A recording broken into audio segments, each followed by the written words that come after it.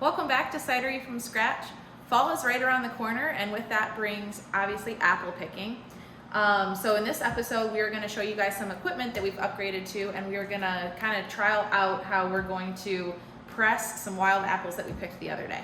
So last year, if you saw the video, we used an apple peeler slicer thing that cut up the apples into 6 or 8 pieces, and that is definitely not small enough to get some good juice pressing out of. So we've picked, I don't know, a bushel or 2 of wild apples yesterday around the property here, and we picked up this stainless steel fruit crusher, and today we're going to see if this works and we get some serious mashed apples out of this. Then we press it, see if we get some good juice. If that works correctly, in a month or so, when Golden Russet, Porter's Perfection, and some of those other cider apple varieties are ready to go, we're going to pick up several 20 bushel bins of apples and potentially put a few thousand through this crusher, through the press, and then make some really good, cider apple variety cider come this winter. So that's what we're going to be doing today. Stick around.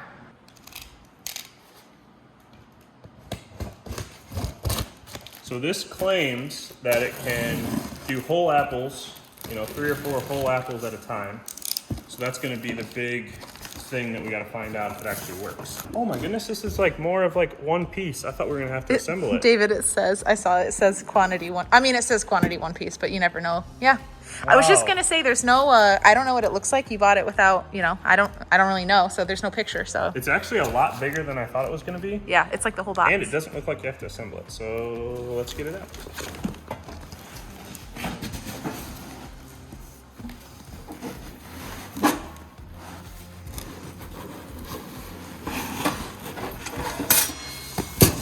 Just a few. Just the handle, maybe? Funny pieces. Oh man, this looks legit. When you look at pictures online, it looks like a quarter this size. This is what's in there? It's the teeth. Too short. Ooh. There's 8 of these blades. And this thing turns it if you put a handle on it right here. Okay. So essentially what we're going to try to do is hook up a drill to this so that we don't have to hand crank it. Okay. But wow, I definitely thought this was going to have a lot of assembly. What's that? So that's the tray, right? So you keep the tray back, we'll put the handle on, you put 3 or 4 apples in. I want to see what this does. I thought maybe this came forward, but maybe not. Anyways, put 3 or 4 apples in, and then it crushes a little bit of the apple at a time until it falls through, and then, comes out the chute here. We'll have our bucket ready. And then if any pieces get caught, you can bring them out with this tray. There you go. What did it do? Oh, maybe that's how you do it, and it goes through that way. You drop, I don't know. So I bet if you put the handle on the other way, you want it like this. Oh, okay. So it depends where we put the handle. Okay. We probably, we're all right-handed, so we're probably going to want to put the handle here. Yeah. All right, let's put the handle on. This is super easy. This just goes in right here.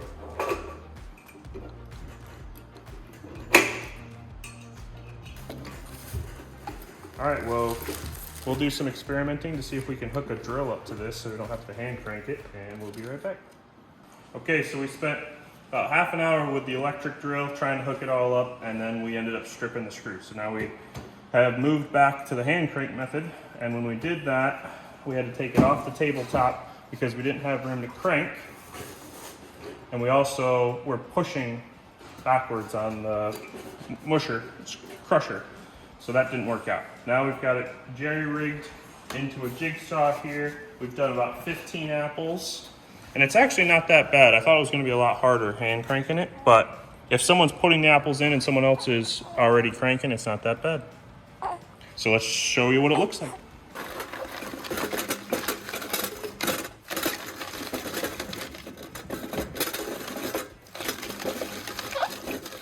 I'm getting sprayed.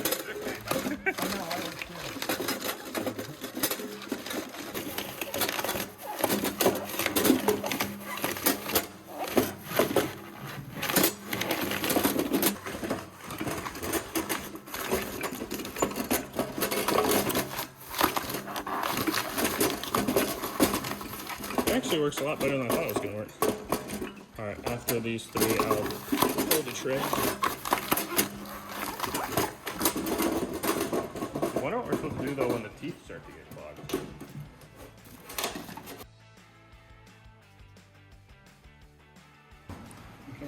All right, we got our first bucket of mash. Now last year we didn't see juice for quite some time, if you guys remember. Could you dump some in? Yep.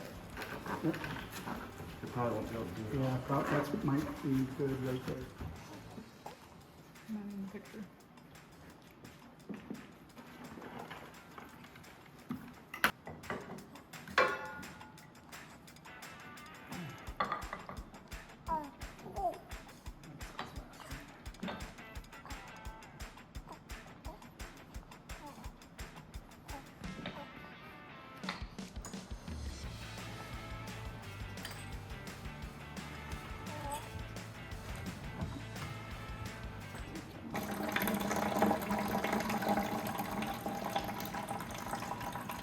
That's quite a bit of juice for how much we only put in, like half this thing.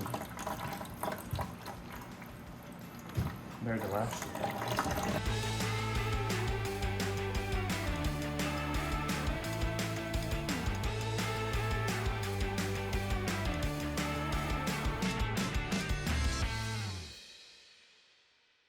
Pull this over. Pull it over the top. I'll pull the whole thing out, or Oh, that was easy.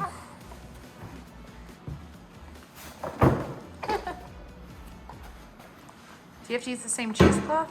Yeah. Just kicked it. Sorry, people. Multitasking.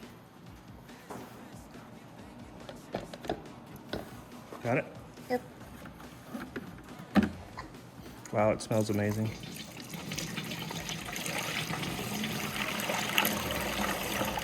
It looks amazing.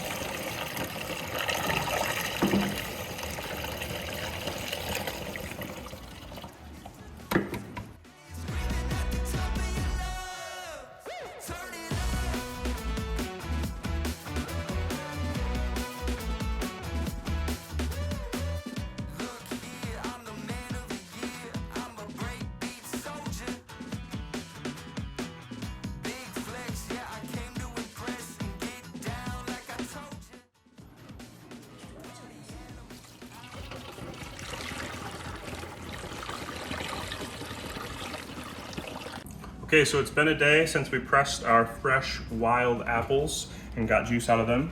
We got a little bit more than we thought, and I think we got about 1.5 gallons last year, and I'm pretty sure this is close to 2 gallons, but we're gonna fill up these carboys evenly and we'll see. The other thing we have to do today is take a measurement with both the gravity reading and, for the first time, we're gonna be using pH. We've been taking our CINA cider course, and they telling us that pH is very important, especially with fresh juice. So we're going to be taking pH measurements today. Let's do it.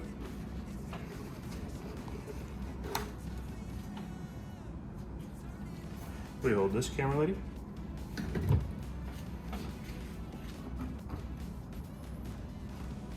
Oh, you might want to swirl it before you do the next one too. Just because look at all the sediment. I don't know. It's just all the solids. Did you see them all? No, is there a lot? Yeah.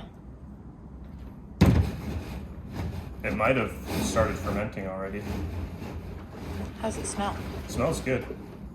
It smells like it's been fermenting. Does it? That's Yeah. what I was. Yeah. All right. Much better.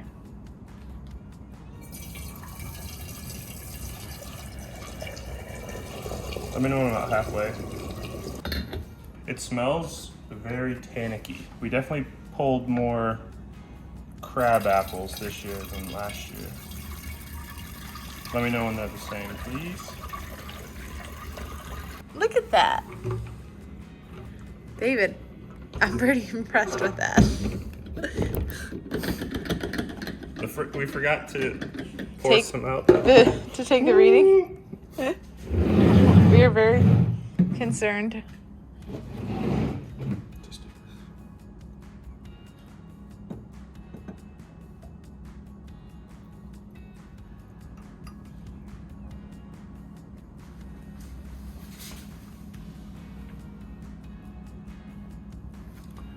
a little bit of foam there. It's either 4.2 or 4.4.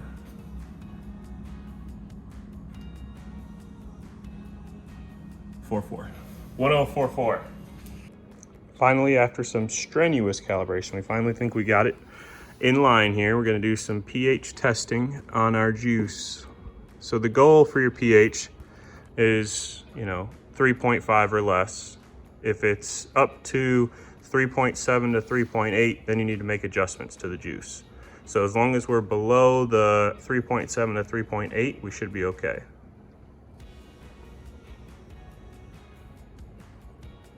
Give it just a second here, make sure it doesn't go any lower. Okay, so just went up one. Looks like we're gonna sit at 3.61, so we should be okay. Now we are ready to add our Go Firm yeast nutrient and our different yeasts here. We're using a wine yeast for one batch. We've got D47, Lalvin D47, and then we've got an ale yeast, Nottingham ale yeast for the other batch. Both are gonna get a 1/8 teaspoon of Go Firm. This stuff really chunks up if you add it to water first. I think the directions call for you to do that, but it becomes such a mess and you end up getting less in the jug anyways. So it's just better to do it this way. Camera lady, will you take off my bung? Oh.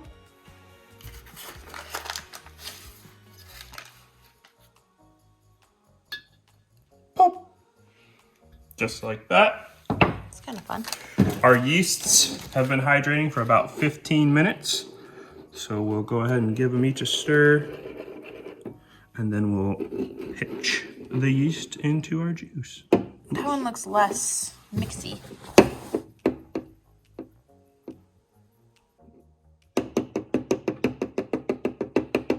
Ooh, professional move. Rachel loves when I tap, right? Correct. Okay, we're adding 1 gram of D47.